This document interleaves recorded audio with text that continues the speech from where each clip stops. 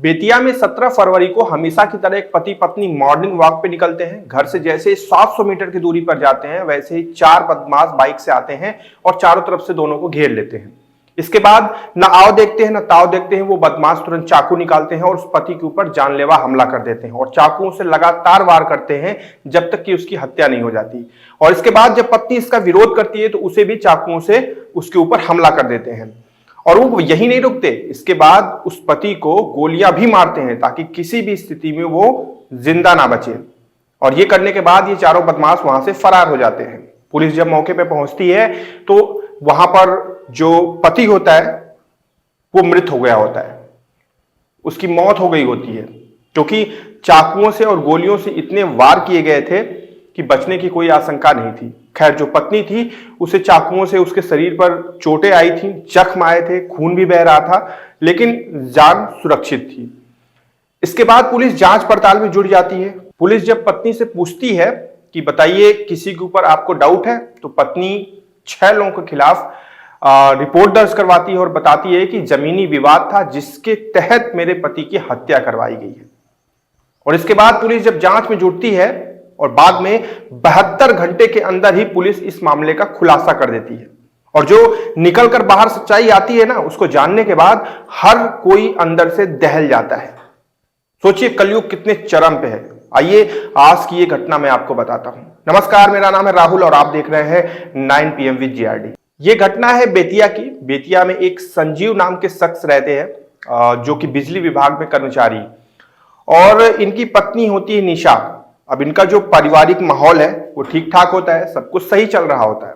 लेकिन आज से तकरीबन 2 साल पहले जो निशा होती है यानी कि संजीव की पत्नी, उसका एक सचिन नाम के लड़के के साथ अफेयर स्टार्ट हो जाता है।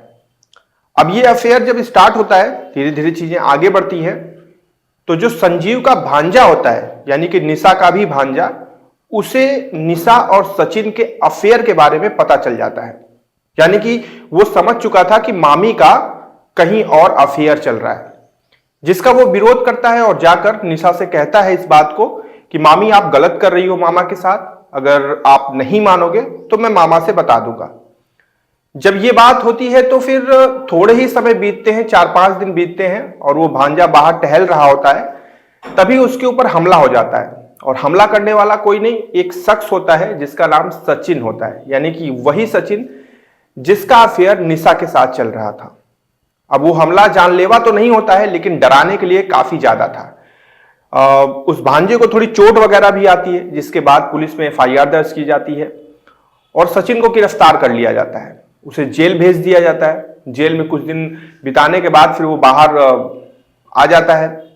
अब इसके बाद सब कुछ माहौल शांत हो जाता है, कहीं से कुछ पता नहीं चलता।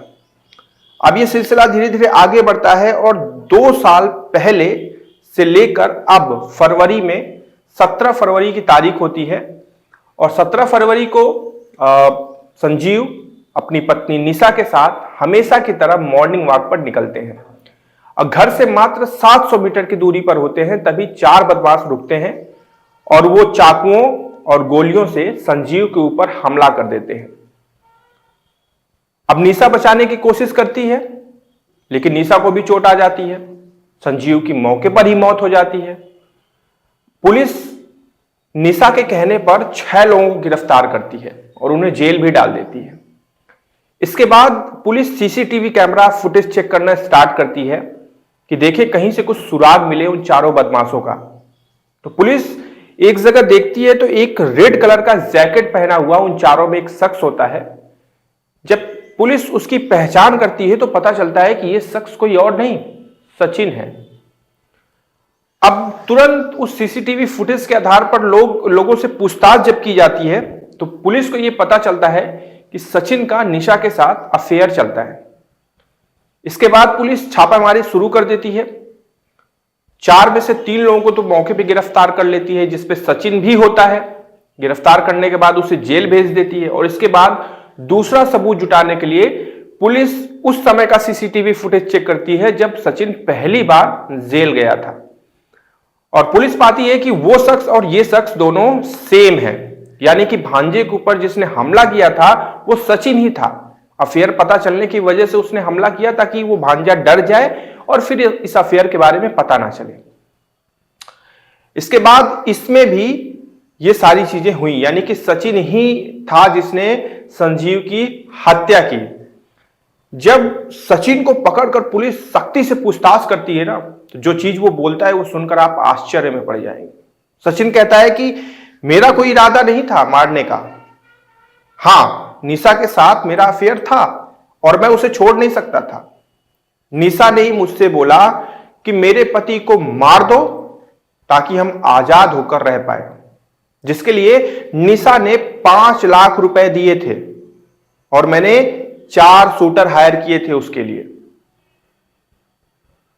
मतलब वहां पर जो चीजें हो रही थी ना, जब संजीव की हत्या हो रही थी, तो वो सब संजीव की पत्नी निशा के इशारे पे हो रही थी और मनगढ़ंत कहानी रचने के लिए, खुद को बचाने के लिए अपने ऊपर भी हमले करवाए गए। यानी कि जब निशा संजीव को बचाने की कोशिश कर रही थी और निशा के ऊपर चाकुओं से हमला हुआ, वो एक्चुअली प्लानिंग थी। निशा ने बोला था कि मुझे भी चोट लगनी चाहिए ताकि मैं पुलिस को बता सकूं कि भाई हां मैं भी मरने वाली थी लेकिन मैं बच गई। इस चीज को सचिन ने स्वीकार करके बताया कि संजीव की पत्नी ने ही 5 लाख रुपए देकर शूटर्स हायर किए थे और अपनी आंखों के सामने ही अपने पति को उसने मरवाया। जब उसे संतुष्टि नहीं हुई तो उसने यहां तक बोला कि गोली से भी मारो ताकि ये कहीं से जिंदा ना बचे, और अपने ऊपर भी हमले करवाए। मात्र 72 घंटों में पुलिस ने इस मामले का खुलासा कर दिया। यह चीज साबित हो गई कि एक पत्नी ने ही अपने अफेयर के चलते अपने बॉयफ्रेंड के साथ मिलकर 5 लाख में शूटर हायर किए और अपने ही पति की हत्या करवा दी। हमारे देश में इस तरह के अजीब अजीब मामले देखने को मिल रहे हैं। मुझे तो ये आश्चर्य होता है जानकर कि एक पति पत्नी का जो रिश्ता होता है, क्या आपसी कोई ऐसी संलग्नता, आपसी कोई बॉन्डिंग, आपसी कोई जो परस्पर इंसान का एक फीलिंग्स अटैचमेंट होता है, जो क्या ये सारी चीजें नहीं होती हैं? ये सारी चीजें मर जाती हैं। एक पत्नी ने यहां तक सोच लिया कि पति को पूरी तरीके से रास्ते से हटाएंगे तभी हम अपने प्रेमी के साथ रह पाएंगे। हम चाहते हैं कि इस घटना पे ना आप अपने विचार व्यक्त करें, बताएं कुछ। कल हम फिर से मिलेंगे एक नई घटना के साथ। अपना ध्यान रखिएगा। जय हिंद।